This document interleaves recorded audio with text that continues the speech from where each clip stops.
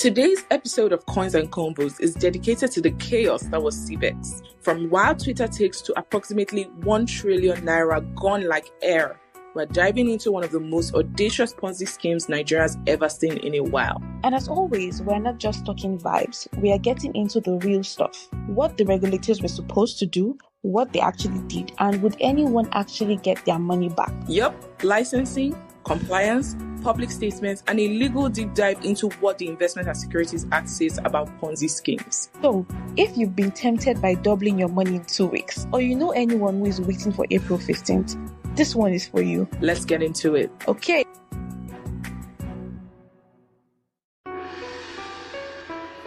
What's good, hustlers and dreamers? Welcome to the Coins and Convos podcast, the show where startup drama meets real talk. I'm Books, here to spill the tea on who got funded and what businesses are making big moves. And I'm Ella, your go-to for the behind-the-scenes scoop into the startup world. So buckle up, folks. Grab your coffee, your water, your juice, or whatever it is you drink. Settle in and let's get into Coins and Convos. Ready to roll? Plug in. Hi, folks. Welcome to another episode of the Coins and Convos podcast. Welcome. It's been an interesting one with you. We've done how many episodes now? This is our third episode, so it's really interesting to see how far we've come. Also on this journey with you all. So I would just get right into it this week. Ella, how was your week? What did you do? What were you up to this week? My work week was it wasn't regular, but so we had a team retreat where we usually strategize for the year, and it was fully on site. It was an exciting one, but obviously it was serious work. And then you also have your regular work. So it was just a thing of juggling, being in person with your teammates, and also, catering to what you had to do for your clients. But overall, it was a great week. Not much. I don't really want to go. I don't really want to go into the details of the retreat, but yeah, it was a fun one. How was yours? My week was just, I don't know. It was just a really lazy week for me, to be very honest. I don't know that anything exciting happened, unlike other weeks. This was one of those lazy weeks where you're just lying around. I would say that for the early parts of the days, from the morning till afternoon, I'll just be lazing around. Then my brain starts to function heavily in the night. So it was a thing of working from, say, 8 p.m. till 3 a.m. and then sleeping and waking up, and I just didn't feel like myself this week. But we move. I mean, there's no stopping. And at least we have interesting things that happen in space this week. Interesting for everyone, because people lost money, Nigerians lost their money and all of that. But it's just interesting to see these kind of things coming up again. The whole Ponzi scheme, CBEX thing that happened. Funny stories. CBEX was not just another random scam. It was they had office spaces, and someone was saying, I just saw a random tweet that your circle is good, something like when you don't even know what CBEX was about, because I did not know about this scheme. I did not know anything about CBEX until there were issues now coming up about people losing their money, and then it was trending on X, formerly Twitter. So I was just like, what's going on here? What's CBEX? Ella, when did you find out about CBEX? Did you know about it before the news came? I was about to echo everything you just said, because I'm the first time I heard about CBEX was when I heard the news. And I just, my big question is, how do these people it's just like a rebranding as far as I'm concerned. It just keeps coming in different names over the years. And I'm hearing, the amount of money I heard that Nigerians have lost from 2016 with the whole, was it MMM or something? There was MMM, now. There was rack selling. It's unending. Because there was a tweet I saw. This guy listed out some of the Ponzi schemes that Nigerians have lost their money. So I'm trying to pull it up. It was just a lot. Yeah, they were a lot. MMM 2016, Ultimate Cycler 2016, Get Help Worldwide 2016, NNN Nigeria, Money Riot 2017, Swiss Golden. I don't even know these things, but apparently people names. Did you ever fall victim of all these Ponzi schemes at some point in your life? I've never, and it's a thing of, I try to reason with why a lot of Nigerians fall for it. I can very easily blame it to like the economic hardship, but Everything is blamed on the economy. Sorry yeah, to cut you short, but 2016, at least people say 2016, the economy was not as bad as. So why is it that we had over 10 Ponzi schemes that people still fell for in 2016? so The same thing happened in so 2017. I think my opinion on this is that with everyone they get better, and I don't know that Mm, because I know Nigerians are not really gullible, so I don't know why they let themselves. I know that the most demeanor towards this thing is like it might be a scam, but I'm just gonna go in and get my money out as quickly as possible, mhm. just to get the best out of it while it's still running. But I don't know if greed takes over. I don't know if, when you've gotten your first money out and you're like, this is great. Okay, Yeah. put this back in. And that's the thing about Ponzi schemes. They Mhm. give a lot of dopamine rush. You're like, oh my God, I can make this kind of money this quick. Yeah. So it's a very risky place to be in. I don't know why we keep falling because I know Nigerians are not gullible. I know we're not easily We are like one of the one of smartest the in the sharp world. exactly in terms of even I don't know where this. smartness. So I, and the thing is, I think with everyone it gets better. Like look at it now. CBEX knew that when they're coming out, they want to have a name that has an affiliation with like a should I say like this valid entity yeah. than Beijing I the exchange. yeah. And they China. I saw okay, China yeah, China Beijing Beijing rather. China exchange. Beijing Equity Exchange, they know they want to have physical offices so people feel like they can track them. They just come out with better services or better illusions that make people feel like okay, this Yeah. is trustworthy. I don't know how many bells we need to ring to Nigerians to let them know that if you're thinking that you can make 100% ROI within a space of months, and if there's anything that locks up your investment in a way that you can't get your money out until you bring more people to invest, there's no way it looks, it doesn't even sound right. Mm-hmm. But in an effort to be like empathetic, I honestly know that the past year has been the most difficult financial time for Nigerians. And a lot of Nigerians would have sought to double their income in any way that they could because the cost of living has just been insane, right? Yeah. So I do empathize with the fact that a lot of people were, and we are hearing it everywhere on Twitter, all over your social media, you need to be investing, you need to be investing. There's a lack of education on Mhm. what actual investing is. Like, Yeah. am I supposed to be doing something that gives me 100% ROI this quick? There's also the lack of education. So I think that those are where the issues come up, is the fact that there's not enough education on the average Nigerian and how to go about actually investing. There are a lot of, I personally, even if it's just agriculture investments on what's this called, on piggyvest, those little Yeah. things, like at Just least you know look your money is into secure. Give your money, honestly, give your money to a brand you know that this one I will have peace of mind in my money it's in not their even pocket. it's not even about brand. Check also, are they licensed? These things are uh, important. It's not just for decoration or branding or whatnot. Check, are they SEC licensed? Are they CBN licensed? What are they doing exactly? Do they have the um right licenses to carry out these core services that they are saying that they carry out? Stuff yeah. like that. What's it called? I'm sorry, I was like, this podcast cannot go without me mentioning these tweets. It just took me off. You know that one that came out and they're like, the I don't want to mention the lady's name, but the one that made it really blow up on the internet when she came out and she was like, CBEX is still working perfectly fine, just that you can't withdraw till April 15th. Stop spreading fake news, stop giving people heart attack.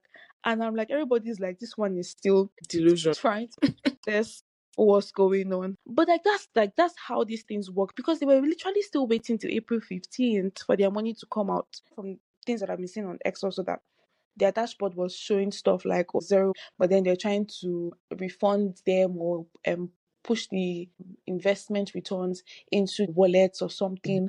It's just really like funny dancing around issues.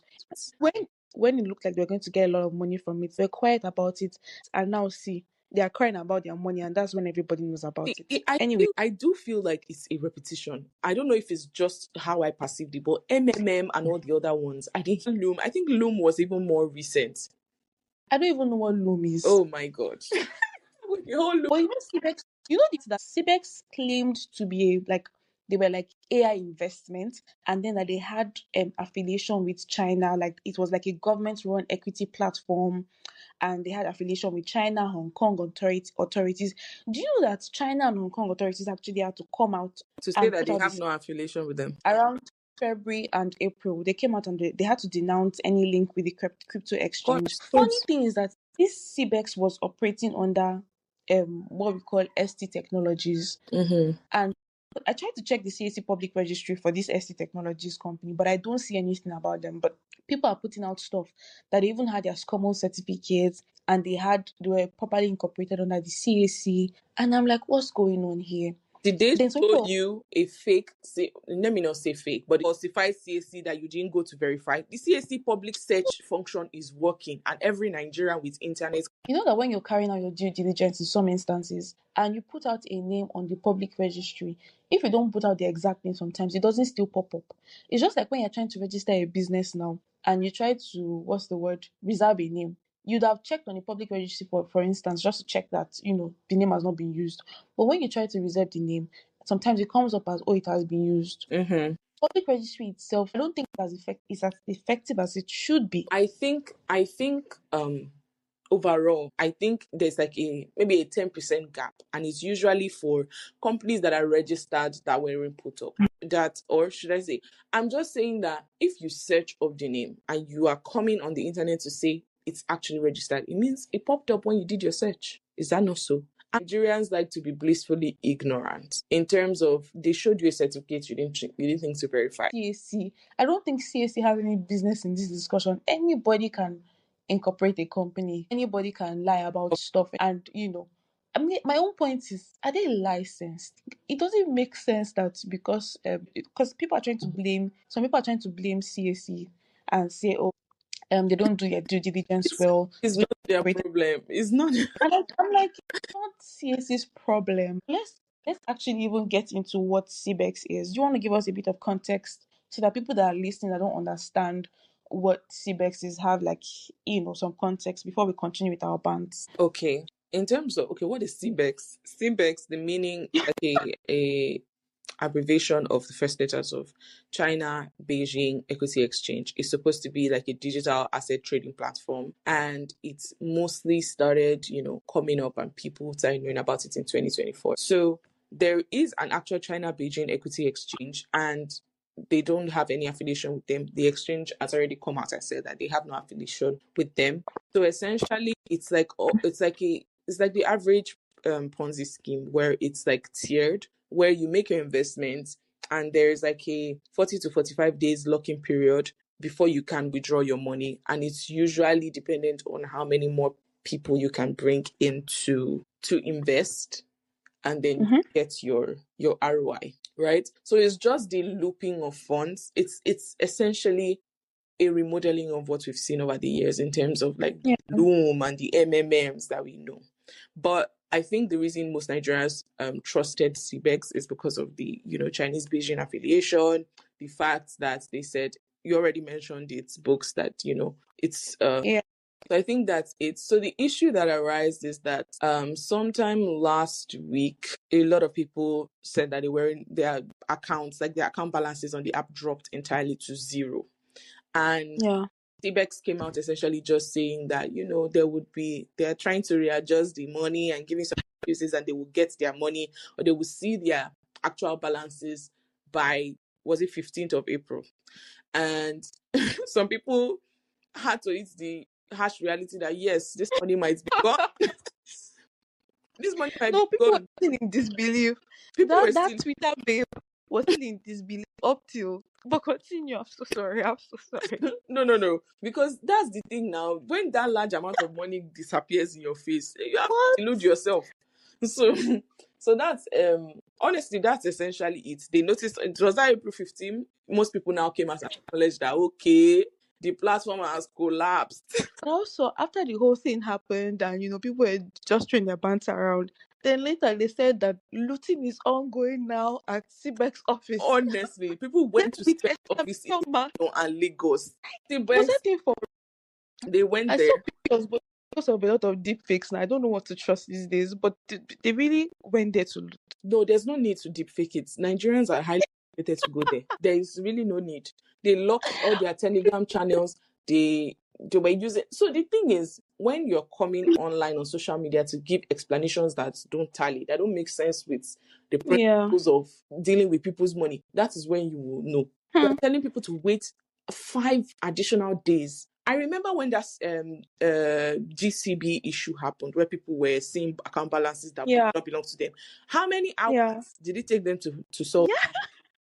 You are telling me to wait 5 days, and it's because you are not licensed. They can't even hold them because people did not even accept that nonsense from GT at the time. Yes. People insisted that they need to see their balance immediately. But when it comes to CBEX, a part of you knows that this is not a licensed entity. This is not an entity with But you want quick money. Exactly. So you are still like, let me not hold them accountable too much. So that's that's Was there like, I have like real questions, because when I was checking out this thing, did they have like a real app? Because I keep seeing like they had like a dashboard. So there was it a web app or like a real app that they downloaded from Play Store or App Store? I wouldn't know. I saw that it's I can see the CBEX web app, but I've not really checked. I think I should see maybe there's something on App Store. The reason I was asking this is because I know that when you try to do anything around crypto or digital money lending, the App Store, Play Store, I don't know about App Store, but Play Store definitely flags it and say, oh, you need to show that you've gotten license from the Exactly. I know the App Store does that because a client of mine was into like gaming, fantasy, football, and all of that. They asked for a license. And I'm not going to lie to you. I've even had clients that will come here and say, because there's a way they now take a back route to this. They will try to no objection letter. So they'll come and meet you. I've had like 2 or 3 people come to meet me. Can you help us do this? To say that, oh, we're not carrying out. Okay, there were some that were valid points, anyways, that we're not doing crypto in the real sense. What we are doing is different, but it was flagged by. So we just need a no objection letter from SEC to say that, oh, look, we're not doing this thing and we don't need the license. That's good. But there are some that now come to me with a different angle, like, oh, we just need a letter from a lawyer validly saying that. It always just sounds absurd, and I'm like, what's going on here? And it actually works for some of them. I pity the lawyer that Like, will go for that. would that be in trouble? Because you check, but for real, if you check on Play Store apps, so you would actually see some apps that run crypto deals and don't have proper licensing. Yeah. So how did they get there? How did they get there? So that's another. Also, thing of jurisdiction as well, because you get yourself you upload your Nigerian license on the Play Store, and people from Kenya are downloading your app. And you know that it's not Nigerians that fell for this CBEX thing.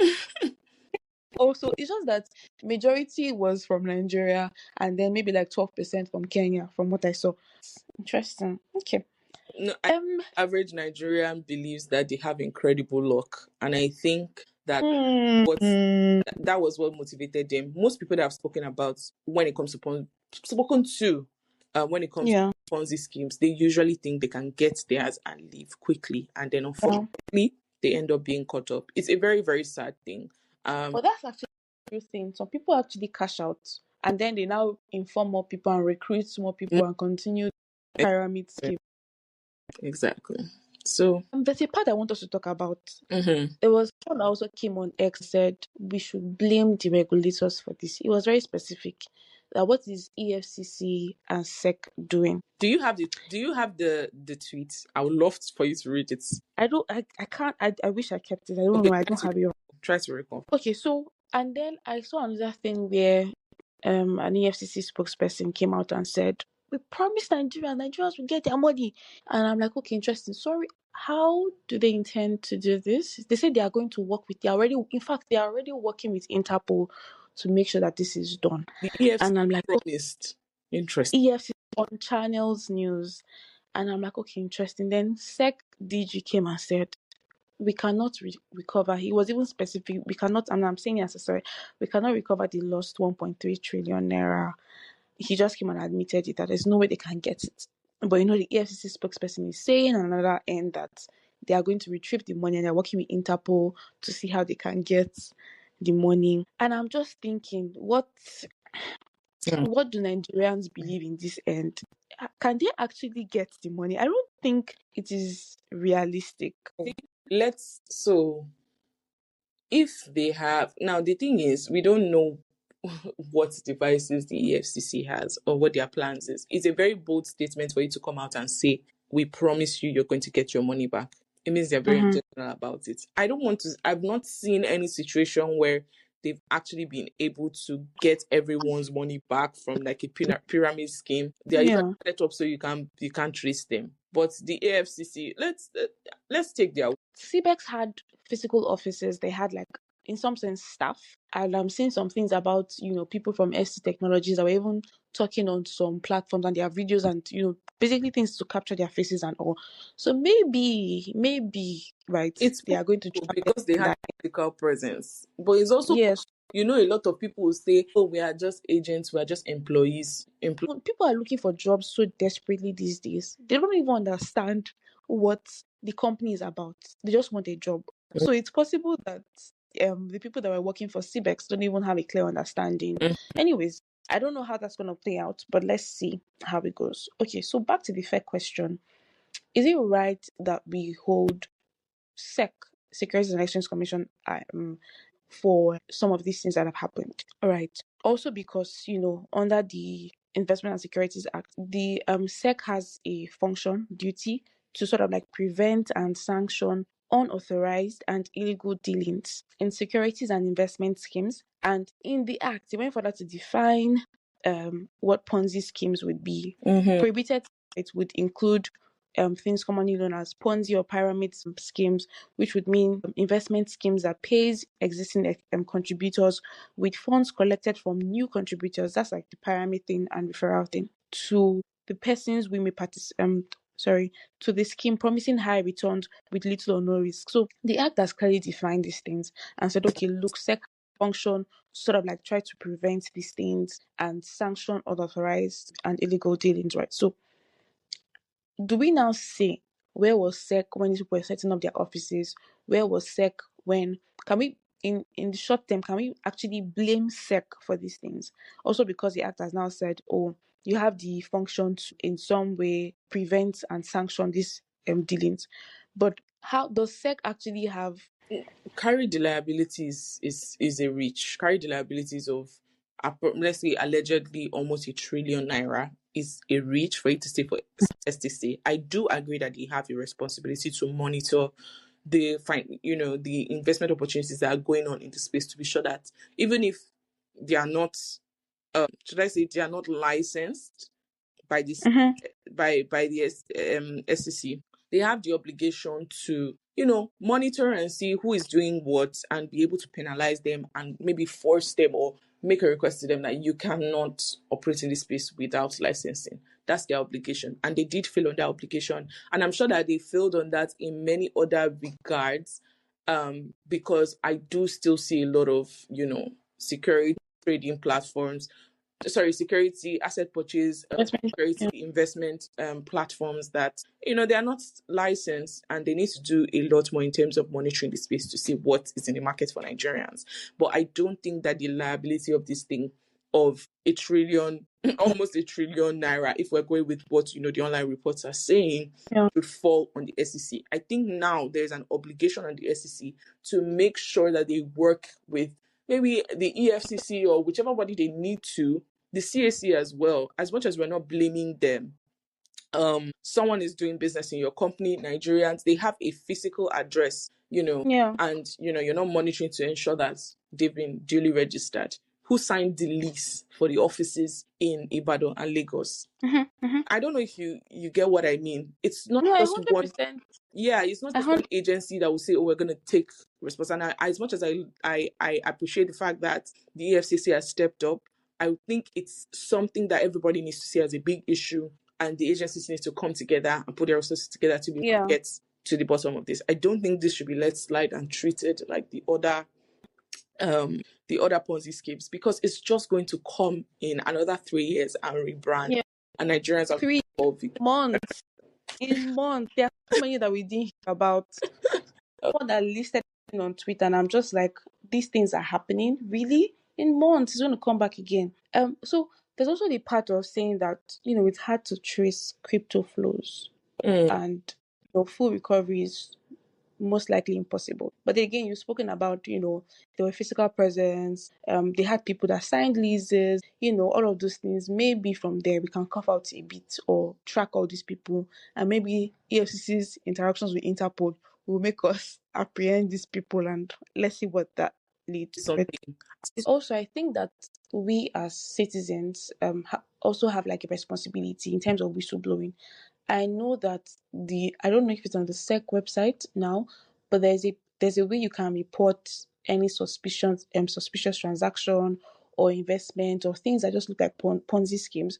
But I know that somebody also came on X and said he had in fact reported this thing to SEC. I can't remember where, and investigations work on that. Like, they don't come and just announce immediately.